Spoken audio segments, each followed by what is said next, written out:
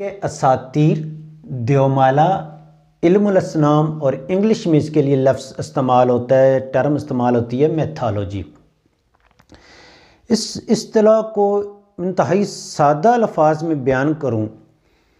تو زمانہ قدیم میں انسان نے جو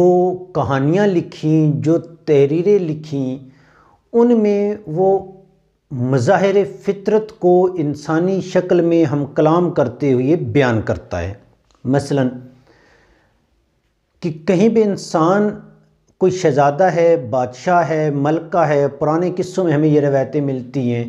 کہ وہاں پہ وہ گیا، طوطے نے اسے جواب دیا، کوئی پرندہ ہے اس نے جواب دیا، وہ کہیں پہ پھولوں سے ہم کلام ہوا تو اسے پھولوں سے غیب سے ایک آواز آئی، وہاں پہ ایک پودا تھا اس نے یہ کلام کیا ہے۔ یعنی اس میں جو انسان ہے وہ مافوق الفطرت یا فطرتی جو عناصر ہیں ان سے ہم کلام ہو رہا ہوتا ہے، جو مظاہر فطرت موجود ہیں، چھپے ہوتے ہیں، سامنے ہیں، مطلب ہمارے، ان سے ہم کلام ہوتا ہے، ان سے بات کرتا ہے۔ جتنی پرانے قصے اس میں ہمیں ملتی ہیں، کہیں بھی شہزادہ جاتا ہے جی، وہاں پہ اسے ایک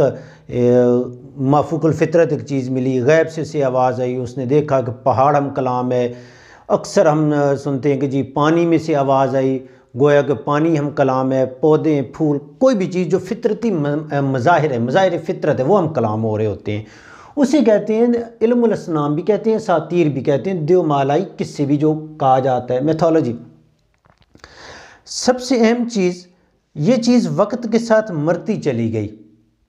اب نثری دنیا میں، قصوں کی دنیا میں ہمیں یہ چیز نہیں ملتی، ما سوائے ناولوں میں کہیں پہ کد و کا کوئی جملہ ہمیں نظر آ جائے، افسانوی دنیا میں آ جاتا ہے۔ لیکن سب سے اہم ہے، شاعری میں یہ چیز آج بھی رائج ہے۔